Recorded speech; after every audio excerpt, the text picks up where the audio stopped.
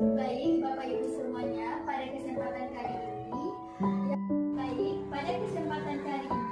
akan mempresentasikan diseminasi budaya-budaya positif di sekolah yang akan disampaikan oleh Bapak Yones SPD kepada Bapak untuk dipersilakan. Assalamualaikum warahmatullahi wabarakatuh. Waalaikumsalam warahmatullahi wabarakatuh. Baiklah Bapak dan Ibu sekalian, pada kesempatan kali ini terima kasih atas waktunya. Kita akan menampilkan presentasi diseminasi budaya-budaya positif di sekolah. Terima kasih atas waktunya yang telah Bapak luangkan. Semoga materi hari ini yang kita sampaikan bermanfaat bagi kita semua. Baik, kita akan masuk kepada budaya-budaya positif yang akan kita terapkan di sekolah. Nantinya ini akan berimbas kepada sekolah kita. Kita akan menerapkannya, mengimplementasikannya di sekolah kita.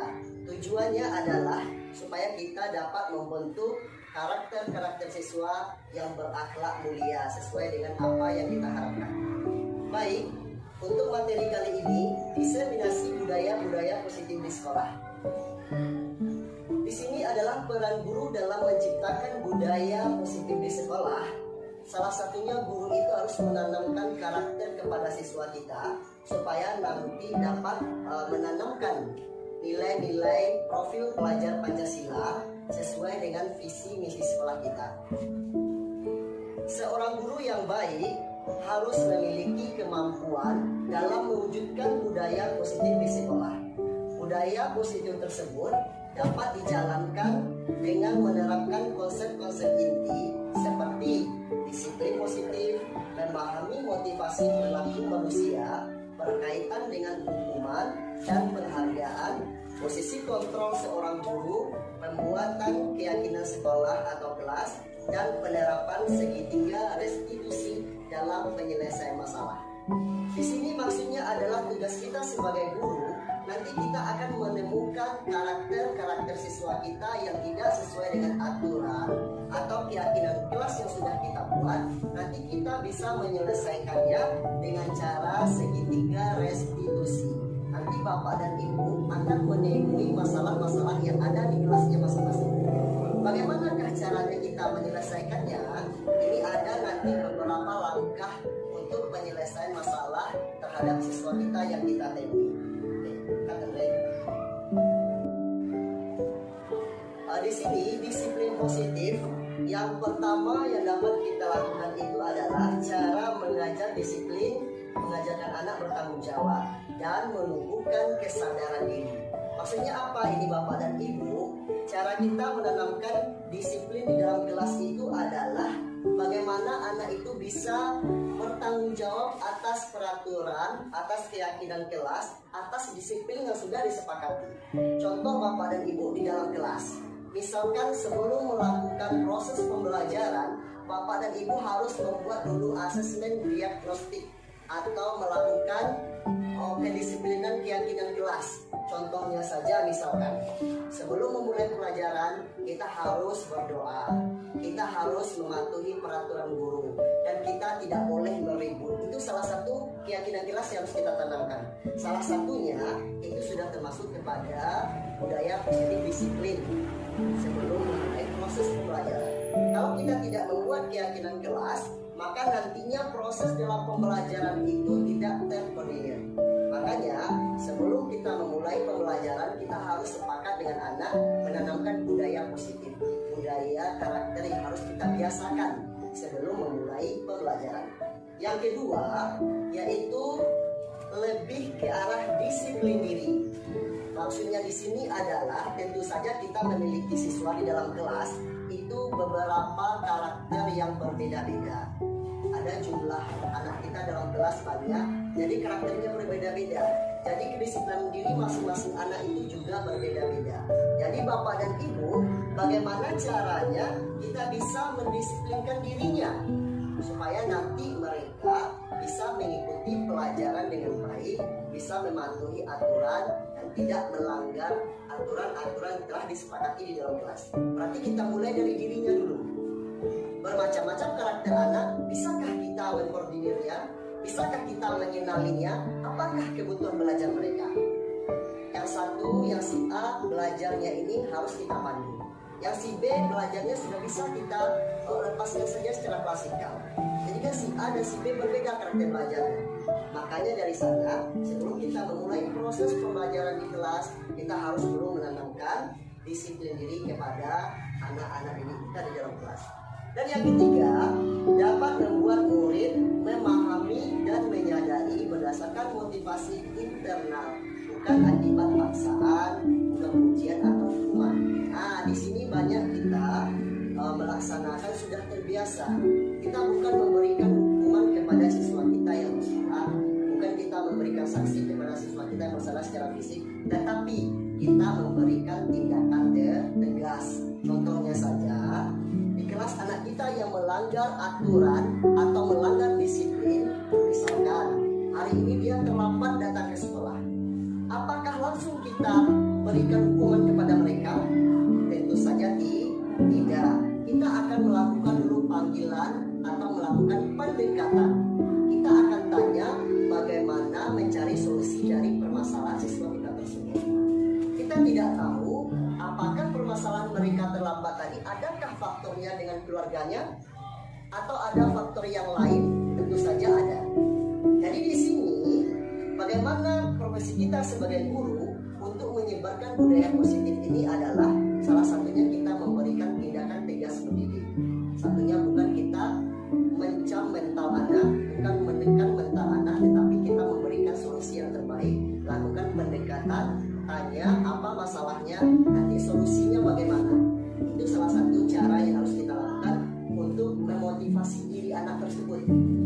Kalau kita melakukan hukuman, kalau kita memberikan sanksi, otomatis mental anak tadi pasti kena. Pasti dia merasa bersalah. Jadi minat belajarnya tentu saja berkurang karena dimarahi, karena kita tidak ada pelayanan positif kepada mereka. Makanya anak kita tadi berkurang minat belajar. Makanya tadi kita membiasakan budaya positif di sekolah. Seorang guru kita harus menanamkan bagaimana kita memperhatikan pembelajaran berdiferensiasi, pembelajaran yang memperhatikan kebutuhan belajar anak. Apa yang seharusnya dibutuhkan belajar anak, kita harus mengenalinya.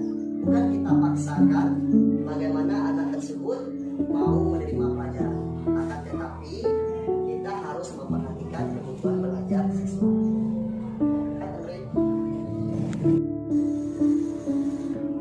Baik, kita masuk kepada motivasi perilaku manusia. Di sini ada yang memotivasi perilaku kita, baik itu guru ataupun siswa kita. Yang pertama, untuk menghindari ketidaknyamanan atau hukuman. Seperti tadi, kita harus memperhatikan hukuman yang kita berikan kepada anak. Kita tidak berupa hukuman fisik atau mental mereka, tetapi kita supaya menghindari ketidakstabilan karakter anak, kita harus melakukan pendekatan, bukan kita melakukan hukuman. Itu yang harus kita hindari yang pertama.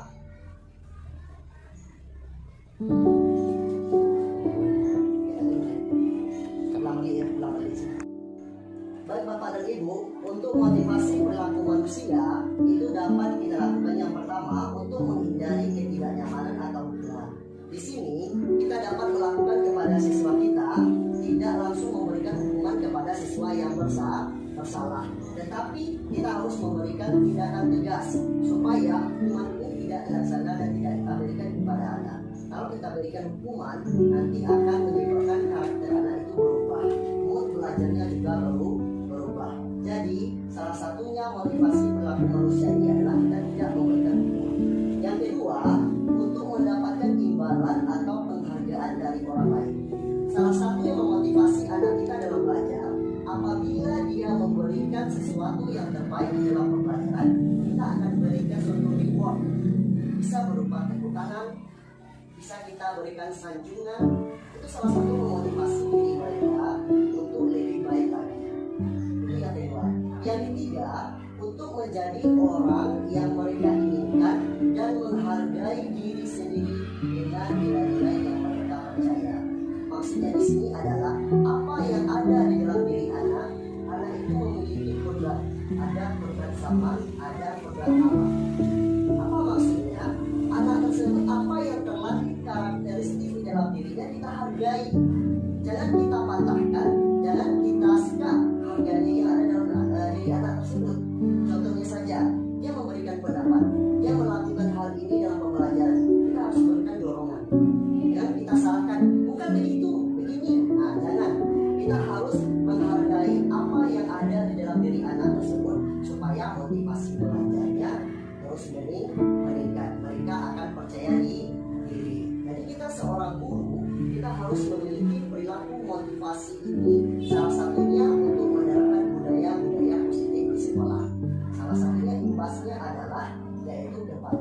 peserta didik kita.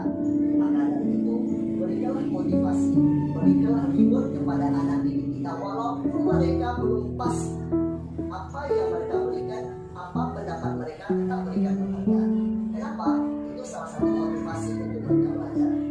Di dalam proses kita harus menghargai, baik itu pendapat anak yang kurang tepat, baik itu anak yang pintar. Kita samakan, jangan kita ada diskriminasi dalam pembelajaran. Anak yang ada kemampuannya lebih di bidang pengetahuan, anak yang kurang di bidang pengetahuan, nanti kita kolaborasikan dalam pembelajaran supaya anak itu menimbulkan sikap percaya dirinya. Jangan nanti di dalam kelas kita memberikan motivasi atau dorongan kepada anak-anak yang pintar saja. Kebanyakan kita memberikan reward kepada anak yang juara, yang pintar, menjawab dengan benar. Anak yang kurang, anak yang lemah, tidak ada motivasi kita berikan. Di sanalah nanti karakter anak tidak tumbuh dan tidak berkembang. Makanya kita memperlakukan anak itu harus sama. Baik itu anak yang pintar, baik itu anak yang kurang, kita samakan perilaku mereka, layani mereka sesuai dengan kebutuhannya. Ini yang disebut dengan pembelajaran diferensiasi, pembelajaran sesuai dengan kebutuhan anak. Baik, Ibu, di sini ada posisi kontrol seorang guru yang harus kita tanamkan di dalam diri kita, yaitu mendidik siswa kita menanamkan budaya-budaya positif di sekolah. Yang pertama, hukuman. Ini salah satu bentuk supaya anak kita ini bisa mereka menerapkan disiplin di sekolah. Diberi suatu hukuman. Hukumannya bagaimana? Tadi sudah dijelaskan, hukuman bukan berupa fisik, tapi hukumannya adalah tindakan mendidik kepada anak kita supaya mereka berubah, supaya mereka tidak melakukan kesalahan lagi. Hukumannya tadi kita lakukan pendekatan, kita tanya masalahnya dan cari solusinya. Itu hukuman. Yang kedua yaitu membuat merasa bersalah. Ada kalanya kita seorang guru, anak itu sudah melanggar aturan sekolah, tapi mereka kita langsung kita buat dia yang salah.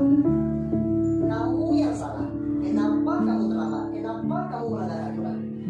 Karena kita kan belum tahu apa alasan anak kita itu melanggar aturan atau apa alasannya mereka terlambat. Kita kan belum tahu.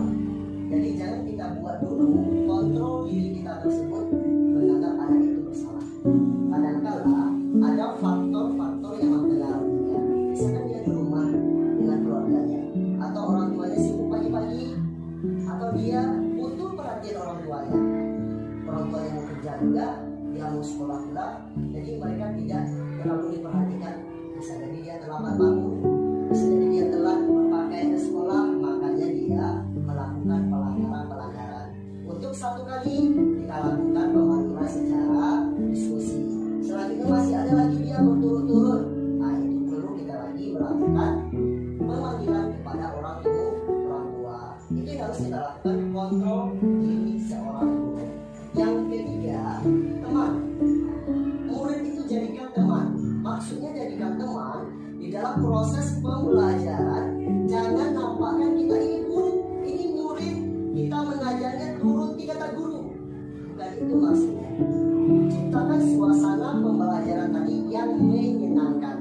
Senang guru mengajar, senang murid menerima pembelajaran. Itu yang sebagai teman. Bukan artian kita berteman dengan murid main-main.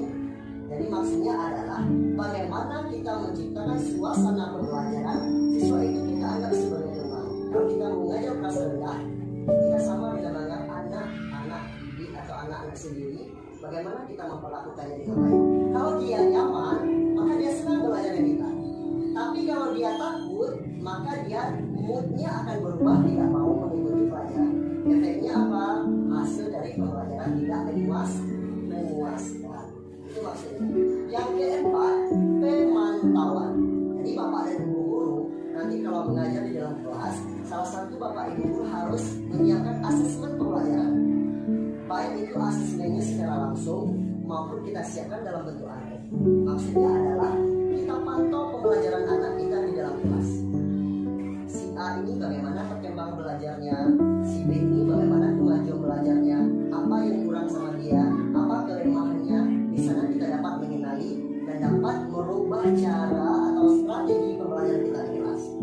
Selama ini misalkan kita mengajarkan anak kita tersebut, kita mengajarnya secara klasik saja. Kita mengajarnya, cukup pakai media, sudah anak kita paham. Belum tentu, tadi sudah dijelaskan, kebutuhan anak itu berbeda-beda. Ada anak yang satu ini dia butuh panduan kita, dia butuh pendampingan kita. Yang satu ini cukup kita menayangkan materi dengan video, dia langsung menangkap, dia langsung dapat pelajaran. Tetapi yang satu lagi bagaimana?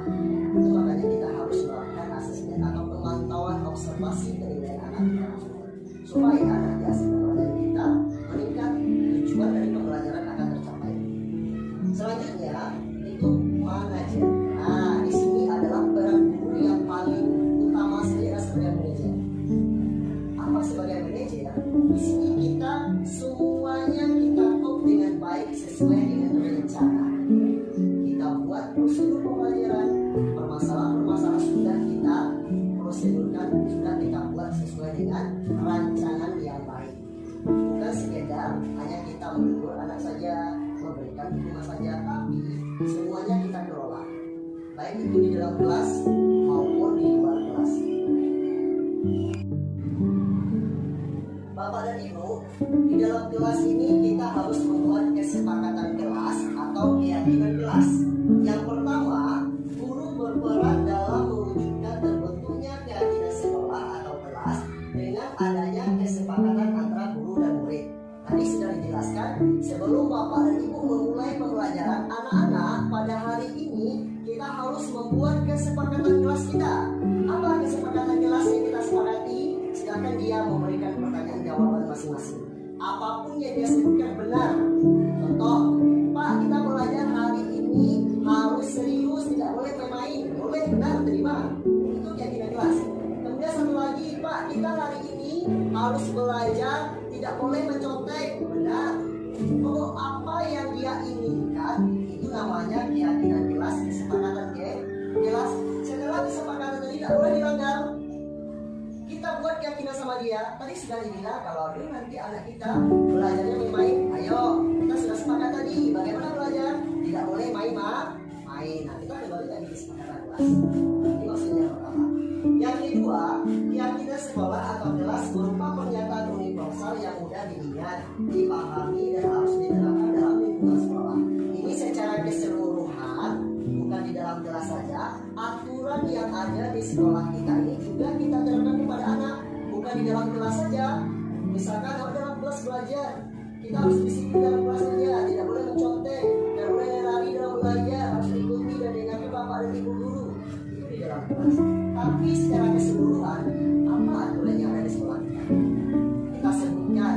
Kalau anak kita lupa aturan-aturan sekolah, kita sebagai guru mengingatkan dan menyampaikan apa aturan yang harus kita terapkan dan harus kita laksanakan. Kita sebutkan. Contohnya kita harus berpakaian rapi, harus berpakaian lengkap setiap hari Senin. Kenapa? Karena kita melaksanakan upacara bendera. Jadi kita harus ingatkan apa aturan yang ada di sekolah.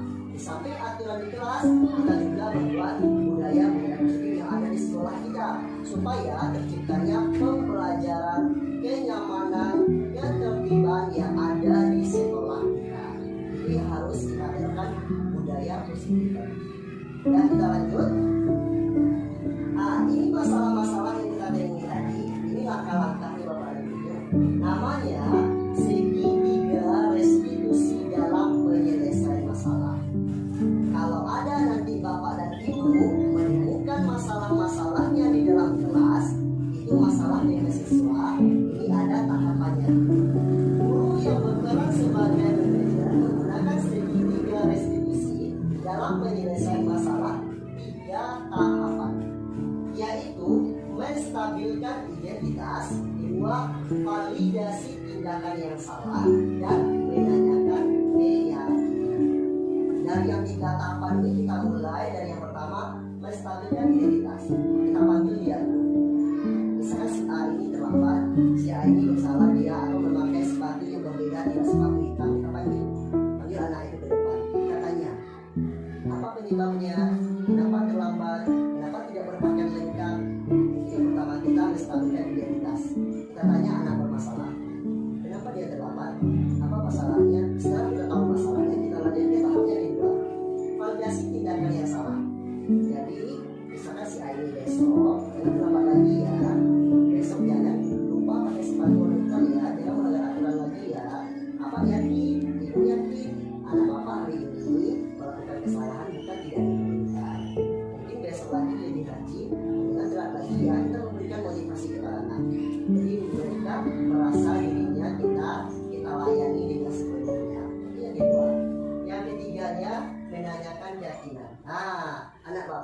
sudah melanggar. Jadi sekolah kita apa kemarin? Tidak boleh terlambat. Besok anak bapak harus pagi-pagi, anak ibu harus pagi-pagi bangun supaya tidak terlambat ke sekolah. Jadi kita memberikan pelayanan dari masalah tadi sampai penyelesaiannya. Kita ikuti 3 tahapan segitiga restitusi. Ini sudah kita lakukan sebenarnya, cuma kita tidak konsisten. Ada anak yang bersalah, sini, nah, kita langsung marah, kita langsung memberikan rasa bersalah kepada anak, kita langsung memberikan anak ini yang salah, kenapa terlambat begini. Kita tidak melakukan langkah yang tidak. Seharusnya kita harus menanamkan budaya positif itu ada 3 tahapan permasalahan yang harus kita lakukan. Kita harus memberikan pelayanan sesuai kebutuhannya supaya mereka nanti merasa dirinya ada diperhatikan, dirinya ada diberikan solusi dari permasalahan. Jangan pernah kita biarkan masalahnya dia terlambat, biarlah ya seperti itu. Jangan, kita harus terapkan ini budaya positif. Masalah yang kita temukan ada caranya, solusinya itu segitiga restitusi. Baik Bapak dan Ibu, pada materi kali ini kita sudah sampai pada kegiatan budaya positif. Boleh nanti kita melakukan tanya jawab atau umpan balik dan materi yang sudah dipaparkan. Silakan nanti Bapak dan Ibu bisa nanti memberikan solusi, tanggapan, saran. Boleh silakan.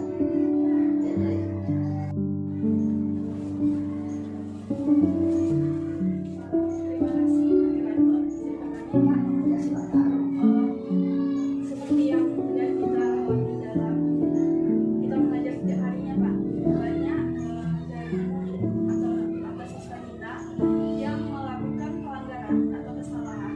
Tetapi di saat dia melakukan pelanggaran atau kesalahan, kita sebagai guru memberikan teguran. Nah, setelah kita memberikan teguran 1 atau 2 kali bahkan lebih, tetapi anak ini tidak bisa menerima teguran dan tetap melakukan kesalahan kembali. Nah, sekarang yang saya tanyakan, bagaimana langkah yang harus kita lakukan selanjutnya untuk menghadapi masalah tersebut? Terima kasih. Baik, terima kasih kepada Ibu Yola yang telah memberikan pertanyaan dan masukan luar biasa sekali untuk kita semua. Jadi pada kesempatan kali ini kita sama-sama mencari jawaban dari pertanyaan Ibu Yola tadi. Mudah-mudahan pertanyaannya terjawab. Baik, dari pertanyaan Ibu Yola tadi ditangkap bahwasanya masalah yang terjadi di kelas kepada anak kita sudah kita lakukan 1, 2, 3 kali penyelesaiannya dari permasalahan atau pelanggaran yang lakukan tapi tidak berubah mereka, atau tetap juga seperti itu. Bagaimanakah langkah kita di seorang guru? Baik, jadi langkah kita adalah yang pertama tadi kita sudah menelusuri masalahnya. Jadi Bapak dan Ibu di dalam kelas kalau ada terjadi permasalahan terhadap muridnya, jangan lupa membuat buku kasus. Ini yang pertama. Nah, jangan sampai kita lupa membuat buku kasus. Panggilan pertama sudah kita melakukan segitiga restitusi pada tanggal ini, hari ini, jam ini. Apa masalahnya kita buatkan pada buku kasus. Itu yang pertama baru. Yang kedua dan ketiga sudah kita lakukan seperti itu. Tapi murid juga tidak berubah. Langkah yang kedua yang kita lakukan adalah kita melakukan pemanggilan orang tua. Nanti Ibu Yola hadapkan kepada orang tua buku kasus yang telah dibuat, yang telah dilakukan di kelas. Nama anak ini pelanggarannya hari ini, tanggal ini. Jadi mereka tidak melakukan perubahan dari pelanggaran yang dilakukan. Jadi kita panggil orang tuanya, kita tanya sama orang tua. Itu pemanggilan pertama kepada orang tua supaya nanti orang tuanya berasumsi anaknya baik kecil dan setelah ternyata anaknya sudah banyak melakukan pelanggaran. Itu yang kedua, itu harus kita lakukan. Yang pertama kita membuat buku kasus di kelas. Itu wajib. Karena setiap anak kita kalau tidak ada bukti, tidak ada dokumennya, kita menyalahkan anak kepada orang tua itu tidak berlaku. Kenapa? Karena kita tidak ada bukti di sini. Itu yang pertama. Yang kedua, panggillah orang tua, jelaskan permasalahan yang terjadi kepada orang tua. Apabila orang tua sudah mengetahui masalah yang terjadi, mudah-mudahan orang tuanya di rumah bisa juga memberikan saran, memberikan suatu masukan, peringatan kepada anaknya. Dan juga di sekolah guru kita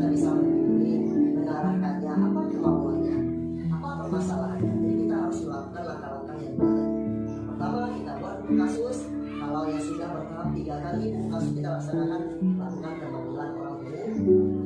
Terima kasih. Kembali kepada Ibu Yola, bagaimana? Baik, mungkin dari yang sudah menjawab bisa membantu kami sebagai pendidik juga. Jadi kalau kita sebagai seorang guru bisa melakukan dua tindakan tadi. Yang satu membuat catatan dan letakkan di sana, ya. Dan tindakan yang selanjutnya memanggil orang tua nantinya, atau kita kasih bukti ke orang tua kalau memang anaknya mempunyai kasus yang jelas. Terima kasih Bu Yola. Mungkin pertanyaan ini sudah mewakili bagi kita semua. Nanti kasus-kasus berikutnya kita bisa menyelesaikannya dengan cara ini 3 institusi dan Bapak dan Ibu menjadi berdebat. Baik, Bapak Ibu semuanya, terima kasih atas waktunya pada pagi hari ini. Dengan penyampaian materi oleh Bapak Yones tadi, semoga bermanfaat bagi kita semua sebagai pendidik.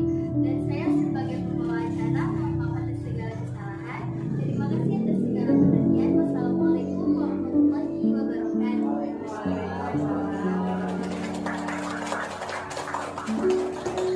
Assalamualaikum warahmatullahi wabarakatuh. Waalaikumsalam warahmatullahi wabarakatuh. Alhamdulillahirabbil alamin. Wassalatu wassalamu ala asyrofil anbiya'i wal mursalin wa ala alihi wasahbihi wasallam. Puji syukur marilah kita ucapkan atas kehadiran Allah Subhanahu wa taala yang telah melimpahkan rahmat dan karunia-Nya kepada kita semua sehingga kita dapat mengikuti acara pada pagi hari ini. Shalawat dan salam tidak lupa pula kita ajarkan kepada Nabi besar kita, yaitu Nabi besar Muhammad Sallallahu Alaihi Wasallam. Baik, Bapak Ibu semuanya, pada kesempatan kali ini Assalamualaikum warahmatullahi wabarakatuh.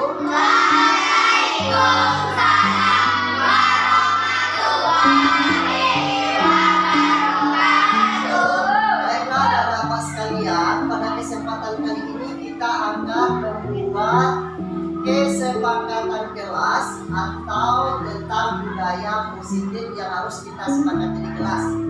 Ya, Bapak tulis di sini budaya positif.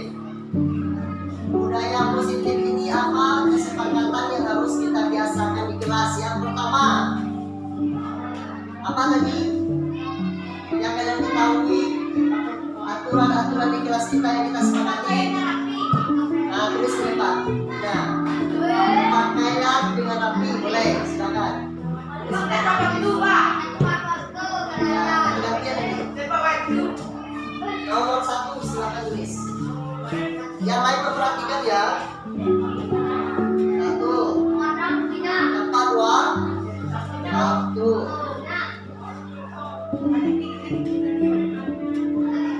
Tempat waktu. Nah, tempat waktu. Kalau kita sepakat tempat waktu, kita tidak boleh terlambat. Yang kedua, yang pakaian. Nah, tulis. Boleh. Ya, cepat dulu. Tulis. Apa yang kedua tadi? Yang ketiga,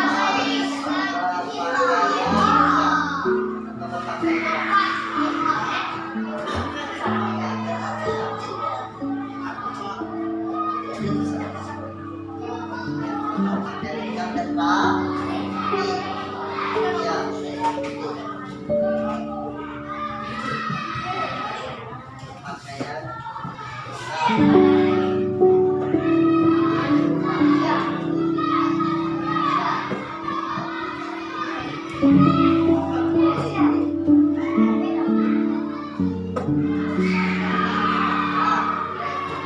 Nah, apa yang kedua? Ya, berpakaian lengkap. Yang ketiga, tidak boleh mencontek selama puasa. Boleh ganti-gantian. Nah, tidak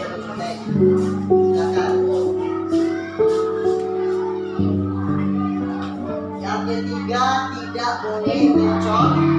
Terus makan betul. Nanti aturan yang sudah kita buat harus kita patuhi dan kita taati. Tak boleh menyebabkan kelompok.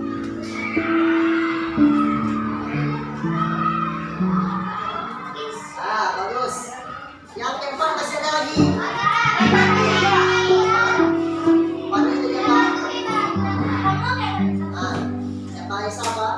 Boleh. Bagi yang lain boleh. Tidak. Kalau masih ada lagi yang lain beda pendapatnya boleh. Buat yang kalian ketahui apa aturan kelas kita yang harus kita sepakati.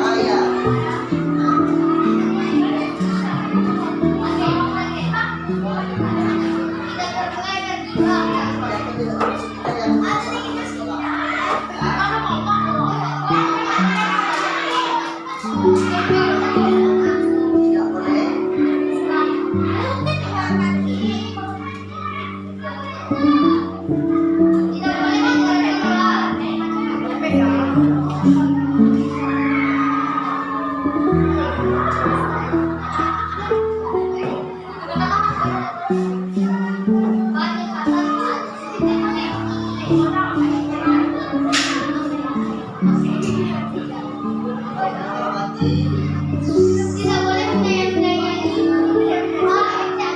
Cukup 5. Cukup yang mana? 5 ya. Masih ada yang ingin? 5. Sebutkan saja. Apalagi Diana? Sebutkan. Apa? Mematuhi peraturan ya. Diana apa? Tidak boleh membuang sampah sembarangan. Menghormati teman satu sama lain. Nah, seperti disebutkan saja. Berarti kalian sudah tahu aturan-aturan budaya positif di kelas. Nah, berarti yang dibuat teman ini harus kita sepakat.